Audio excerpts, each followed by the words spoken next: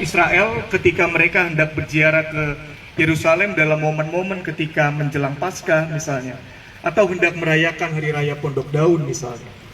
Nah menariknya saudara, ketika mereka hendak menghadap Tuhan dalam ziarah itu, mereka ingat apa yang mereka renungkan terkait dengan rumah mereka, terkait dengan kota mereka, terkait dengan rejeki mereka. Jadi ini mau menghadap Tuhan, tapi dalam perjalanan tuh ingat, kalau bukan Tuhan yang bangun rumah, kalau bukan Tuhan yang mengawal kota, kalau bukan Tuhan yang kasih rejeki kepada kita, nggak mungkin atau sia-sia. Apa yang menarik dari sini? Yang menarik saudara-saudara, aktivitas-aktivitas yang saya dan saudara kerjakan di dunia, itu sebetulnya punya hubungan rohani dengan Allah. Saya boleh pakai istilah Pak Kris ya? Izin ini. Pak Kris ini sering ngobrol, kalau Pak Kris itu PDS, kalau Pak Jeki, Pak Gomar itu PDT. Kalau PDT jelas ya, artinya Pak Gomar, Pak Jeki, pendeta. Kalau PDS ada yang tahu apa? Hah?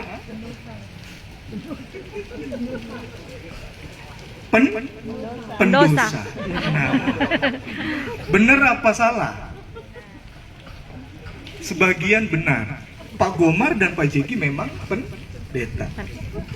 Dan juga Pak Gomar sudah nambahin khotbah saya, pendosa juga. Karena kalau ada orang yang bilang hidupnya tidak berdosa, dia penipu, kata firman Tuhan. Tidak ada kebenaran di dalam dirinya. Tapi sebaliknya, Pak Kris, Pak Teras, saudara-saudara yang bukan pendeta, yang memang pendosa, tapi juga sebetulnya punya makna rohani dalam apa yang dikerjakan sehari-hari.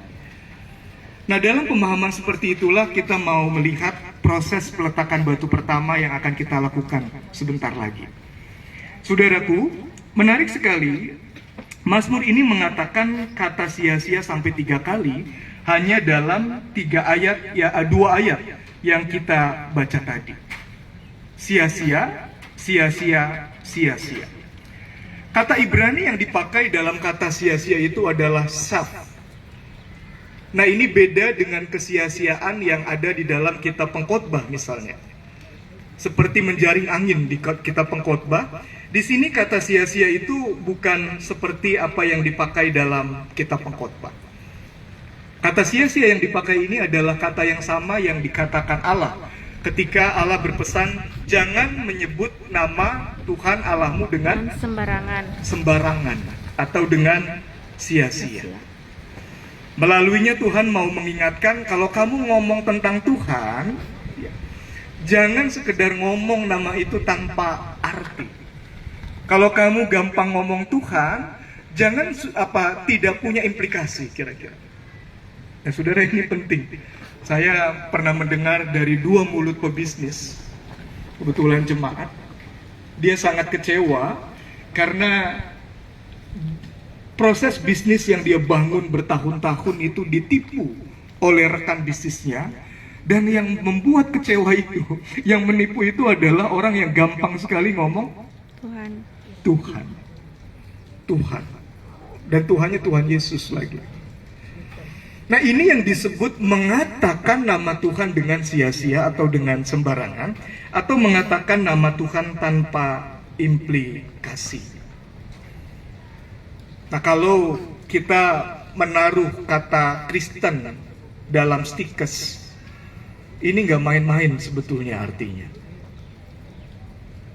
Kalau kita menaruh kata Kristen dalam stikes PGI, ini dampaknya serius. Gak boleh sembarangan, gak boleh sia-sia. Saya percaya kalau kita akan peletakan batu pertama dan nanti membangun tanpa ibadah dan doa pun, bisa gak? Berjalan gak? Berhasil gak? Bisa saja. Banyak kok gedung-gedung besar dan megah dibangun tanpa doa dan tidak pakai legitimasi kata Tuhan Yesus. Bisa. Tapi bukan di situ arti sia-sia di sini. Tuhan hendak mengatakan ketika engkau membangun sesuatu yang sifatnya fisik, kalau bukan Tuhan yang betul-betul engkau izinkan berelasi dalam proses pembangunan ini, yang kau kerjakan sebetulnya meaningless, gak ada artinya. Yang kau buat itu sebetulnya kosong, tidak ada maknanya. Nah, dalam pemahaman seperti itu, saudara, kata sia-sia ini bisa kita hindari. Kita ibadah hari ini bukan semata-mata kita mau melakukan seremoni peletakan batu pertama. Kita ibadah karena kita ingin betul-betul ini menjadi proses yang di dalamnya kita yakin akan berhasil. Karena Tuhan betul-betul terlibat di dalamnya. Terlibat dalam hal apa? Dalam 3 hal. Dalam membangun gedung Stikes yang maketnya atau visualisasi fisiknya ada di depan saudara-saudara. Ini bagus sekali.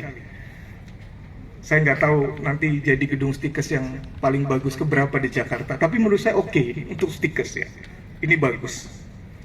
Nah, saudara, kata membangun dalam Mazmur yang dipakai ini memakai kata bana. Ini bahasa Ibrani. Ini kata yang sama yang disampaikan Tuhan kepada Daud ketika Daud ingin membangun bait Allah karena dia merasa, aduh, aku sudah diberkati oleh Tuhan. Aku ingin membangun rumah untuk Allah. Yang menarik, saudara, dalam 2 Samuel 7 ayat 13 dikatakan oleh Tuhan, yang nanti akan membangun rumah buat aku itu bukan kamu, tetapi Salomo, keturunanmu. Tetapi aku akan membangun untukmu dinasti Daud yang akan bisa memuliakan namaku. Nah, kata membangun yang sama dipakai juga, saya periksa, dalam Kejadian 2 ayat 22. Dan dari rusuk yang diambil Tuhan Allah dari manusia itu, dari rusuk laki-laki, dibangunnyalah perempuan. Kata yang sama yang dipakai. Yang menarik artinya begini, saudara. Allah membangun itu bukan sekedar kita akui dengan mulut. Allah membangun itu di dalamnya adalah proses yang di dalamnya saya dan saudara-saudara mau mengundang terus Tuhan dalam relasi yang kita kerjakan di Stikes ini. Ya, jadi nanti direktur Stikes atau pengurus Stikes atau dosen-dosen Stikes bukan tadi bilang ke saya, aduh Pak, ini kalau sudah dibangun pasti Pak muridnya banyak. Nggak jaminan Bu, saya bilang. Mau bangunan 100 lantai pun kalau kualitas kita tidak baik, kalau Tuhan tidak dimuliakan, nggak ada jaminannya. Betul nggak? Jadi sebetulnya ini adalah undangan supaya saya dan saudara-saudara sadar betul bagaimana Tuhan itu terus berelasi dengan kita dalam apa yang kita kerjakan sehari-hari. Bukan cuma saat ini kita ibadah, bukan cuma nanti kita akan meletakkan batu pertama, tetapi dalam keseharian yang kita kerjakan. Karena itu sekali lagi saf atau Tuhan yang membangun itu betul-betul harus keluar dari hati kita. Jangan cuma seremoni dan verbalisme yang tidak ada artinya.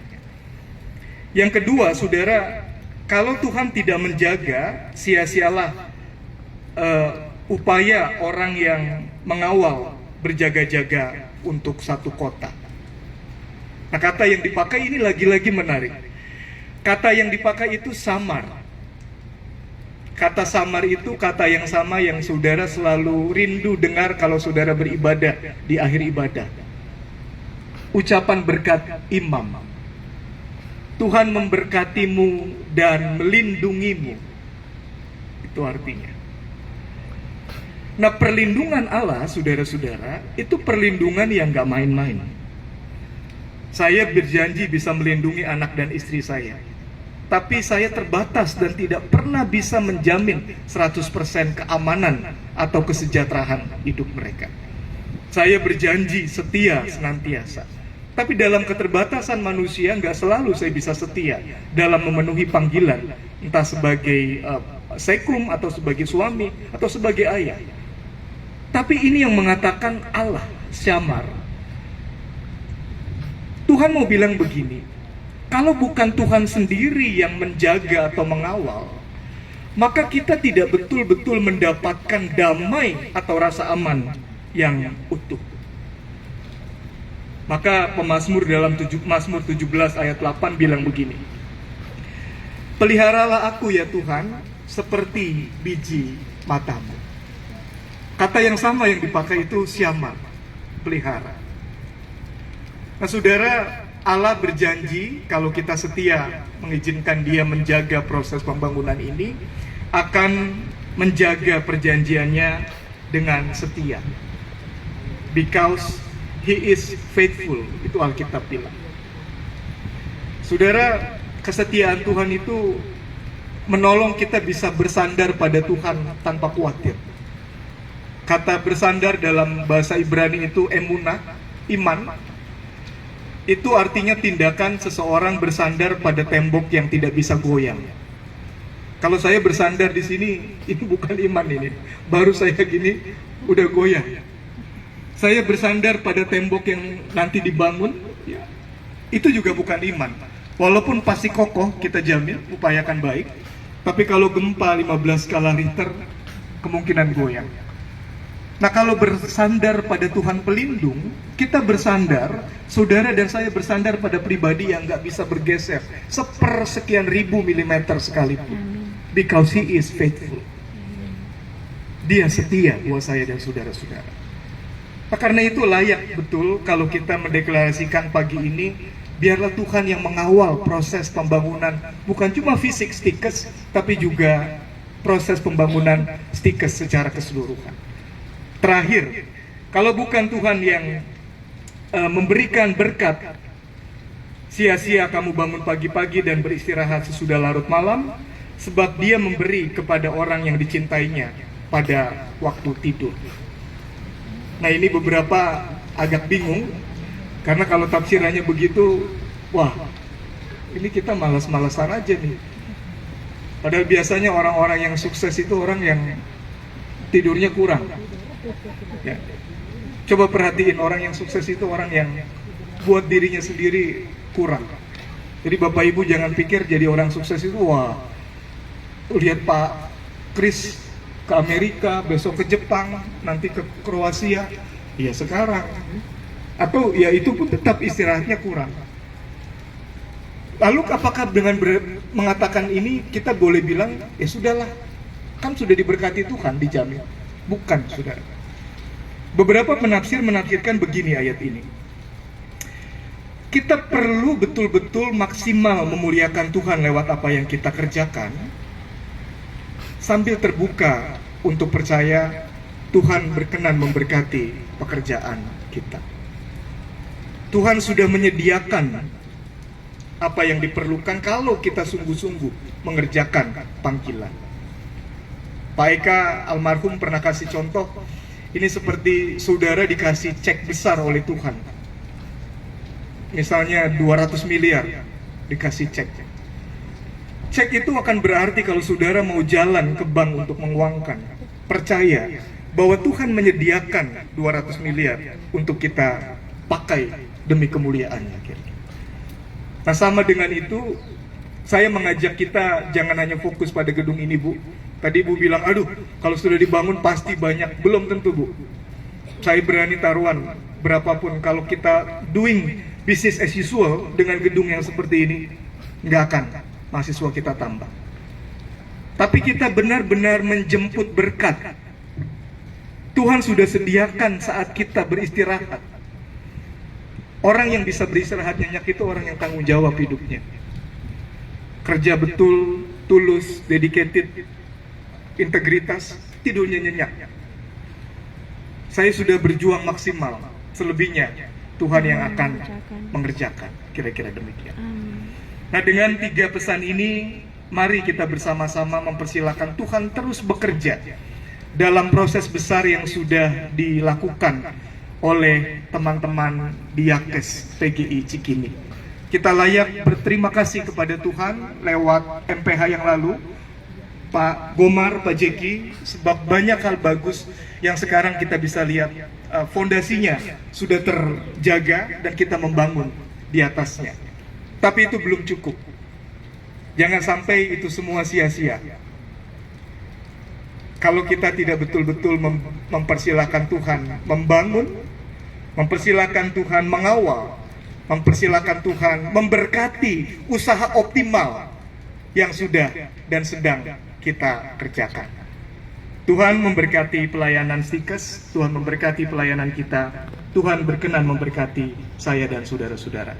Amin. Amin. Mari berdoa.